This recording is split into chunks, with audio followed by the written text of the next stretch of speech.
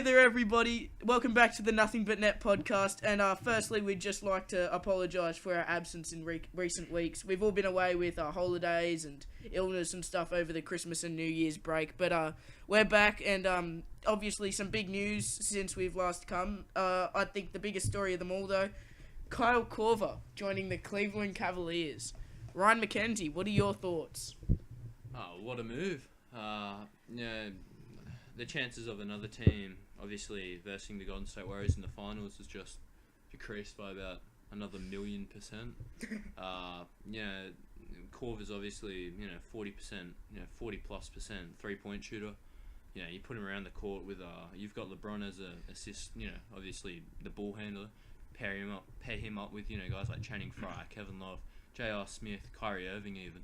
They're definitely going to be formidable, and I think it really fills some holes they've had with Shumpert, JR being out, some of the recent illness and injury problems they've had. I think it's definitely a good move. I'm sure we'll talk about the Hawks a bit later on in this clip and what they were thinking, but no, from the Cavs point of view, I think it was a great move, and they should be commended for it. Well, Cavs definitely hit the jackpot with this deal. They only had to give away Mike Dunleavy and a pick that essentially means nothing to get Kyle Korver, who is shooting like almost 50% of wide open threes this season, which is that's an unbelievable stat. Like, he's definitely one of the leading 3-point shooters in the league. He always has been, but this year he's really taken his game to a new level. But Cavs definitely good to have him because you can see how LeBron manages to get Channing Frye open looks. Like, Channing Frye shoots a lot of 3-pointers a game. And he's also one of the best 3-point shooters in the league currently. I saw a stat with Frye. It was like on normal like attempts when somebody else passes him the ball, he shoots like 34%. Yeah. When he gets a pass from LeBron, it's 50. So that just proves it. Yeah, exactly. So like you said, LeBron teaming up with Kyle Korver will be great, and Cleveland their floor spacing is just gonna get better. I mean, they already have a lot of 3-point shooting capability on their team with Irving, Kevin Love, even LeBron stroking threes this season. So they're looking more and more like the Warriors. Yeah, and they're adding Korver's it's going to help them a lot, especially for their bench unit. So him and Frye will be able to shoot those threes off the bench. But it's definitely a good move. And Atlanta, they got Mike Dunleavy. Good job. Yeah, you made a good move. Yeah, but the other hole that it fills, as opposed to just building up the floor spacing options that they've got, is it really Dunleavy could never really cement into that backup small forward role. Never crack the rotation. He could never. Whereas Korver here can give them that opportunity to just the 10 minutes that LeBron is on the bench every game. At least they know that they'll be able to maintain a solid scoring option throughout the small forward position, sort of thing. Oh no, definitely. Yeah, definitely. He definitely shores up that bench. It just makes it even better. You got. Dunleavy never really cracked it. I think ever since he got the back surgery last year with the Bulls, he's never been the same. He's 34, 35 years old now. It's gonna be hard for him to get back into it. Yeah. I'll be very surprised if this isn't his last season in the NBA. Obviously drafted third. I can't remember what draft was, 2001 or something. He's been around for a very long time. Never really excelled, I guess. Never really reached his full potential, but in saying that, he's been a quality 3-and-D man. In saying that, Korver, I think Korver can seriously win him some playoff games. You see players like Korver on LeBron teams in the past. James Jones, even Mike Miller.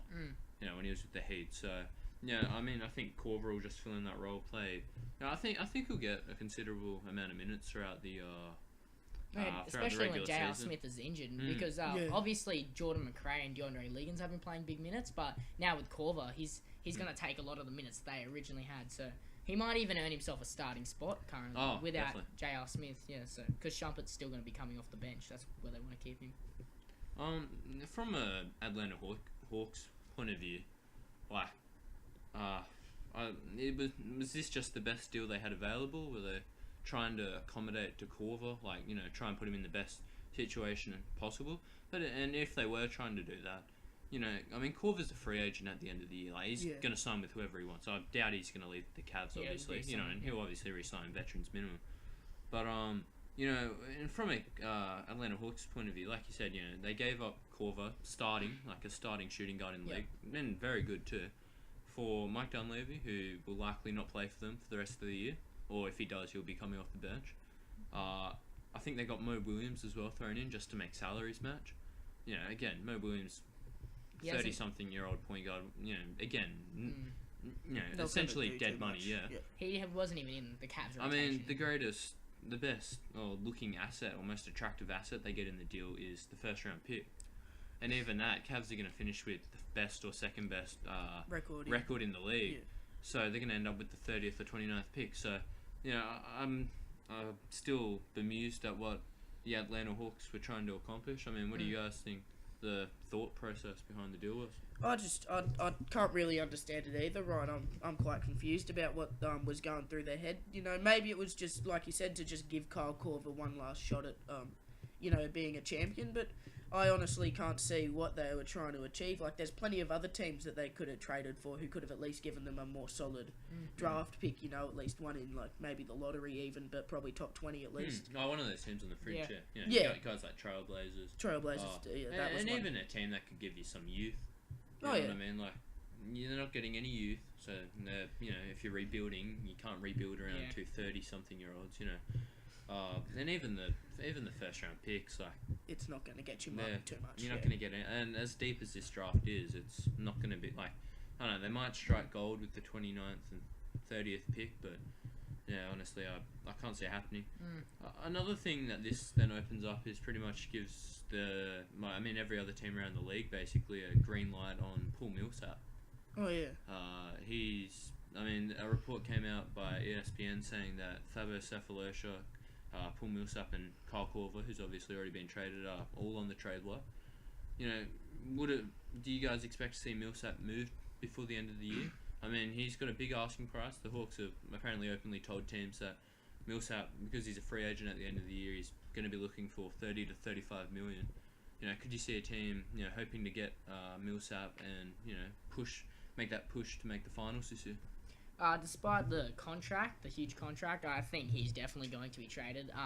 Especially with that recent trade getting rid of Kyle Korver, I don't see any reason Millsap will want to stay in Atlanta. I mean, Dwight's there. You got to feel sorry for Dwight. What's Dwight thinking? He signed with it, Then he signed with them. Now they'll probably be rebuilding. But I can't imagine Millsap wanting to stay. I think he'd definitely be looking for a trade. I mean, with that Korver's trade, it seemed like they were accommodating for Korver, so he's going to try and, you know, convince the GM to help get him a deal that will suit his needs.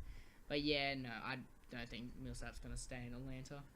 Yeah, but I definitely agree. I don't think he is going to stay. But which team is willing to give up, you know, that massive contract to sign? You know, he's a veteran. And Risky might leave at the end of the year. He's not young. He's quite old. He might leave. Who's going to take that risk, you know, to sign a guy like that? I honestly think the Toronto Raptors. I think the Raptors really need to. I honestly do. I think. What, with Jared Sullinger already? I think the only Sullinger's been in and out of the lineup. He's been injured and played like. I honestly think that's the one position they need to shore up. You know, you look at point guard, they got Lowry, shooting guard, they got Jordan. You know, their backcourt's fine. Probably one of the best backcourts in the East. And Joseph off the bench. Then you've got, you know, I think the backup point guard, which is a really underrated position. I mean, you can see the Cavs are trying to find a backup Chalmers point guard. You know, that's all they're trying to find. You know, at small forward they got Damari Carroll. I think they're set there. And then power forward's really all they got. Yeah, they're That's playing the only rookies like missing. Siakam and like players, very undeveloped players like Nagera and that. Yeah. So if I think by the sounds of it, them and the Sacramento Kings are the two front runners, according to ESPN. But you know, again, it's a lot to give up. It's a lot to risk. You know, he's a free agent at the end of the year. He's got no reason to stay with you. You know what I mean? Like, let's say for example the Raptors do get him, like in a scenario, and they make it to the playoffs, and like by a rare chance the Bulls come 7th, and Raptors obviously finish 2nd. Bulls haven't lost to the Raptors since New Year's Eve 2013. and like, you know, it's a long time, and they're obviously I mean, you saw a couple of days ago, you know, Raptors had a 19-point lead over the Bulls. Came back and won. Yeah. Bulls came back and won in overtime. Yeah. So, you know, the Bulls beating the Raptors in the playoffs isn't all out of hand. You know, it's not out of question. So if the Raptors lose first round, you know, Millsap's got no guarantee of staying. Yeah. Well, yeah, no, that's definitely a very good point. You know, but another player who you've said is definitely on the blocks from the Atlanta Hawks, Taurine Prince. Do you reckon anyone will try to pick him up, or do you reckon they'll just? Tiago Cephalosha, sorry. Cephalosha. Do you reckon anyone will try to pick him up, or? Sorry. No, look, That's I can see. I mean, I think I'd keep Prince because he's a rookie. But no, That'd be pretty mean to trade him already. I'm saying that the guys that picked up to rebuild around, who knows, they might trade him away for bloody a 38-year-old. But no, look, it wouldn't surprise. I'd expect Cephalosha to be moved. I wouldn't surprise me if him and Millsap got moved together. To be honest, another team that would be looking to take that on would be the Sacramento Kings. Yeah. Everyone's really no one's really big on the Kings. I think everyone's sort of missing. They're coming 8th at the moment. Like they're in the playoffs. You know what I mean? Like if the season ended today, they'd be playing. Obviously, get swept first round, but they're in the playoffs. You can if you pair Millsap up with Cousins. I mean, Gay's openly said he's leaving at the end of the year. Yeah. All of a sudden, the Atlanta Hawks can get Gay, open up some more cap room at the end of the year. Perhaps get a pick from Sacramento. I can see a lot. Perhaps even Willie Cauley-Stein could be an option.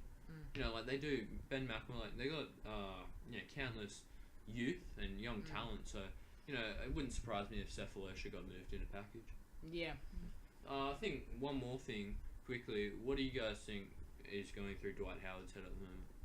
Probably not very happy. Yeah, I don't. Hey, it looks in the immediate future that Atlanta Hawks are going to be in a rebuilding process. I mean, they've lost Jeff Teague, they've lost Horford in free agency. Carroll, They've lost Carroll, they've just lost Korver. They're probably going to lose Millsap and Cephalosha and Torian Prince by the sounds of it. But no, I doubt Howard's. I think Howard's not going to be disappointed and probably angry about it. And I don't think he's going to be too thrilled about staying in Atlanta. Well, will he get a trade? Do you think? Could he be someone that would be traded? No, he could be. I mean, he could probably bring you quite a few options, especially if you're looking to rebuild. But it just strikes me as a waste then. You know what I mean? Yeah, you look one summer before you saw. I don't know. Like, it's a shame they couldn't keep that nucleus of Teague, Korver, Carroll, Millsap, and Horford together. That would have been good. But that era is over. And you saw with Chicago, recently breaking up. When they had to break up Noah, Rose, Dames, Gasol, Powell. Rose. Powell. You see them all move. They are. It's tough to rebuild, and by the looks of things, Atlanta's going to struggle if they keep making moves like they did with the Korver. Yeah. Oh yeah, definitely. Well, anyway, guys, thank you all very much for watching, and see you next time.